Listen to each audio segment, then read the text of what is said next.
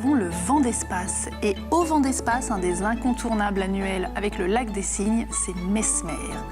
Alors Mesmer l'hypnotiseur, certains sont convaincus ou perplexes, d'autres disent carrément que c'est du pipeau ou du chiquet, mais pourtant l'hypnose, ça existe et ça marche. Aujourd'hui, des chirurgiens opèrent sous hypnose, des dentistes arrachent des dents sous hypnose, des fumeurs arrêtent totalement le tabac grâce à l'hypnose. Alors l'hypnose, c'est quoi ? Comment ça marche ? Sur qui ça marche ? Notre invitée d'aujourd'hui, Amélie Brossard, est là pour répondre à nos questions. Amélie, bonjour. Merci beaucoup d'être là. Je vous en prie. Vous êtes, entre autres, hypnothérapeute. Vous avez un cabinet à La Roche, à la Maison des Médecines Douces. Oui. Et donc, vous allez pouvoir nous éclairer à propos de l'hypnose. Alors, première question, un peu basique, j'en suis désolée, mais qui me semble indispensable. C'est quoi l'hypnose ?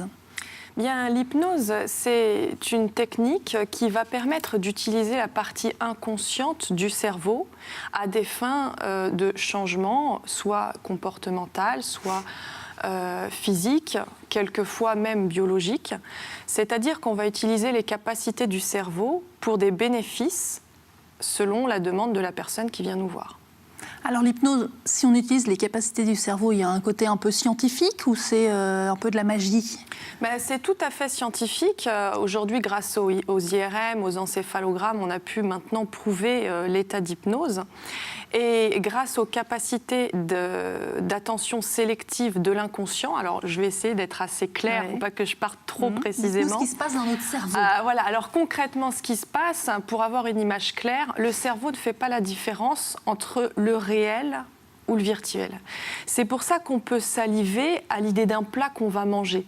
Parce que lorsqu'on pense à ce plat, le cerveau est incapable de faire la différence si ce plat est sur la table ou dans notre tête. Il envoie donc l'ordre aux glandes salivaires de se mettre en route. Vous voyez que grâce à nos pensées, donc les capacités du cerveau, nous avons déjà un changement physique qui est que les glandes salivaires salivent. Alors c'est un petit exemple parce que ça parle à tout le monde, mais pour une addiction, pour des comportements gênants dans la vie, pour quelquefois des maux chroniques qu'on a, ou lorsqu'on se sent quelquefois bloqué dans un domaine de notre vie, eh bien c'est pareil, on utilise ces mêmes capacités de l'inconscient, du cerveau, qui va amener à provoquer des changements désirés. Donc, si je reprends l'exemple des glandes salivaires justement non pas face au plat, mais juste en imaginant le plat, on peut apprendre à notre cerveau à ne plus saliver en imaginant le plat. On peut, tout à fait. D'accord. On peut. Ok. Donc ce que fait Mesmer, c'est vrai ou c'est ça, c'est de l'hypnose, c'est la même chose que ce que vous faites ? Bien sûr, c'est de l'hypnose. L'outil est le même. Seulement, le résultat, le but qu'on souhaite n'est pas forcément le même. L'hypnose de spectacle, le but, c'est que ce soit impressionnant, que ce soit rigolo, que ce soit... L'hypnose en thérapie, le but, c'est que que ça apporte le changement que la personne demande. Voilà, donc l'outil est le même, mais on ne va pas s'en servir de la même façon. Donc vous, dans votre cabinet, en tant qu'hypnothérapeute, parce que je sais que vous faites d'autres, vous travaillez avec les thérapies brèves, etc., mais en tant qu'hypnothérapeute, vous faites quoi exactement ? Eh bien, on peut agir sur des dépressions, on peut agir sur des phobies, on peut agir sur des addictions, on peut aussi agir sur des événements de la vie où la personne a l'impression de se retrouver toujours face aux mêmes situations. Que ce soit dans le domaine sentimental, professionnel ou autre, il y a quelquefois des gens qui viennent me voir parce qu'ils ont l'impression de se retrouver toujours dans la même situation. Eh bien, on s'aperçoit que selon l'idée qu'on a des choses, selon nos croyances inconsciente, selon notre modèle du monde, j'appelle ça, eh bien, inconsciemment, on va avoir les comportements qui vont nous faire vivre et qui vont nous faire faire les choix, qui vont nous amener à la même situation. Et ce dont je vous parle là, effectivement, c'est, comme vous l'avez dit tout à l'heure, scientifique, parce qu'aujourd'hui, les neurosciences le prouvent. D'accord. Et donc, alors, est-ce que vous pouvez nous dire en 2 mots les neurosciences, ce que ça veut dire ? Je suis pas sûre que tout le monde... C'est l'étude des capacités du cerveau, tout simplement. L'étude des capacités du cerveau, jusqu'où on peut aller et qu'est-ce qu'on peut faire avec. Souvent, on nous dit qu'on n'utilise que 10% des capacités de notre cerveau. C'est vrai, ça ou... C'est vrai. Et je pense qu'on n'est qu'au début des découvertes de ce qu'on est capable. De ce qu'on est capable. Ouais. D'accord. Bon, donc je pourrais dire à tous les gens qui me disent « mais Mesmer, c'est n'importe quoi » que non, c'est pas n'importe quoi. Eh oui, c'est bien réel. D'accord, mais c'est pas de la magie non plus. C'est pas de la magie, non. D'accord. Et alors, l'hypnose, il suffit d'une seule séance, on vient vous voir et hop, ça y est, ça va mieux? Ça dépend des cas. Pour la plupart des cas, une séance peut suffire. D'accord. Après, on peut aller jusqu'à 2 séances, rarement 3.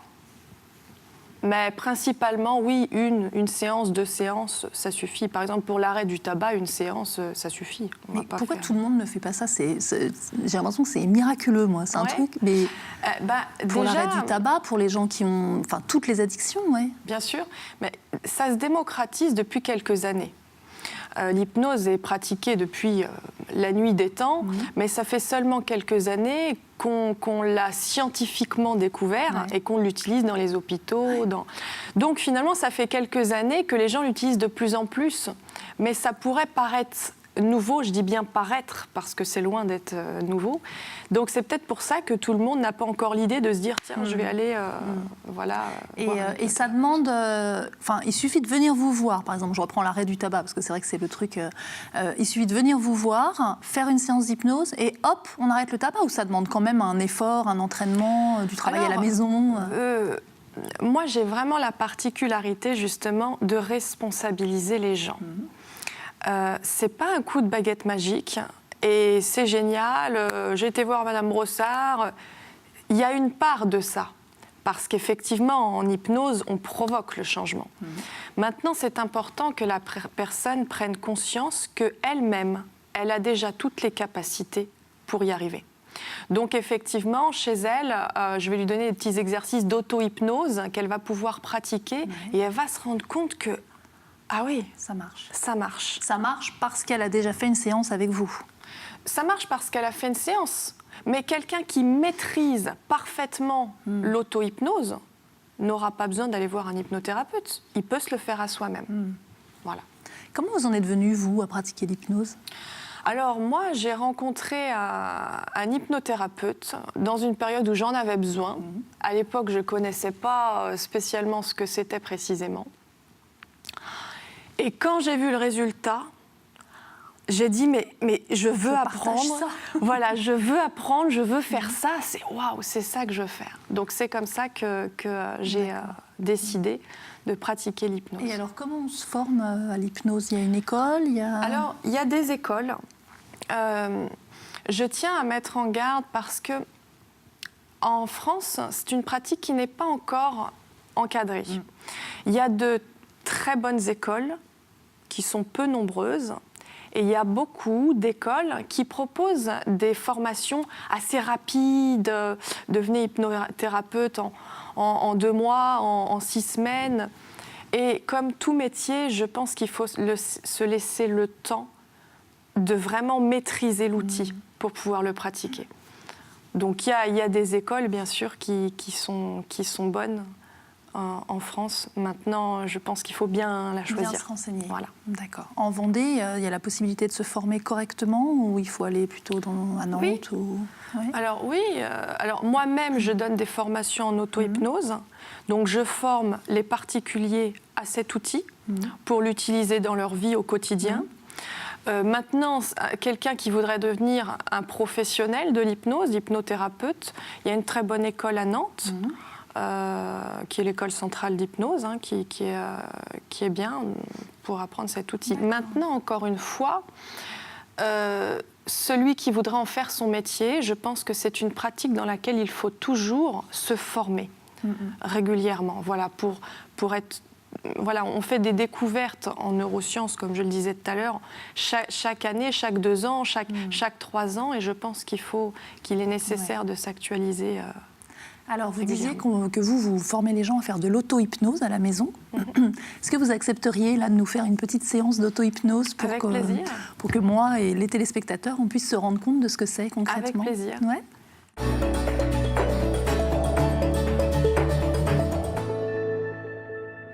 Eh bien, je vous invite à vous installer confortablement sur un fauteuil. Ceux qui veulent s'allonger peuvent s'allonger. Et simplement, une fois que vous êtes bien installé confortablement, puisque c'est plus facile de se relaxer quand on est confortablement bien installé, vous pouvez commencer par fixer un point en face de vous. Peu importe que ce soit un point, une imperfection du plafond ou une imperfection du mur qui est en face, ou même un point imaginaire, peu importe. Simplement accrochez votre regard à ce point. Un peu comme si vos yeux étaient reliés à ce point par une ficelle imaginaire, par exemple, ou un rayon lumineux imaginaire. Ok. Et dès lors où votre regard est accroché à ce point, alors vous ne le décrochez plus des yeux, même quand vos yeux commenceront à devenir flous. Et pendant que votre regard est accroché à ce point, prêtez attention à tout ce que vous apercevez tout autour de ce point, dans votre champ de vision, tout en gardant le regard fixe à ce point, c'est-à-dire les formes, les couleurs, les objets que vous apercevez au-dessus, le plus loin possible au-dessus de ce point. Et puis en dessous, le plus loin possible en dessous. Un peu comme si vous faisiez une liste mentale des formes, des couleurs, des objets. À gauche, le plus loin possible à gauche. Et puis à droite, le plus loin possible à droite. Ok. Et pendant que vous faites cette liste mentale, prêtez simplement attention à la sensation de votre respiration. Et en prenant une grande inspiration, vous pouvez simplement cligner des yeux, bouger un petit peu et revenir ici avec toutes vos capacités physiques, psychiques et mentales. Amélie. Oh là là, c'est tellement frustrant, c'est toujours trop court. Oui, c'est très court, effectivement, pour pouvoir se mettre en auto-hypnose quelques minutes. En tout cas, ça donne envie d'aller vous voir. Et je vous invite, si vous avez des problématiques, vraiment à essayer l'hypnose, parce que je sais que ça peut vraiment aider. Merci beaucoup. Merci à vous. À bientôt. À bientôt.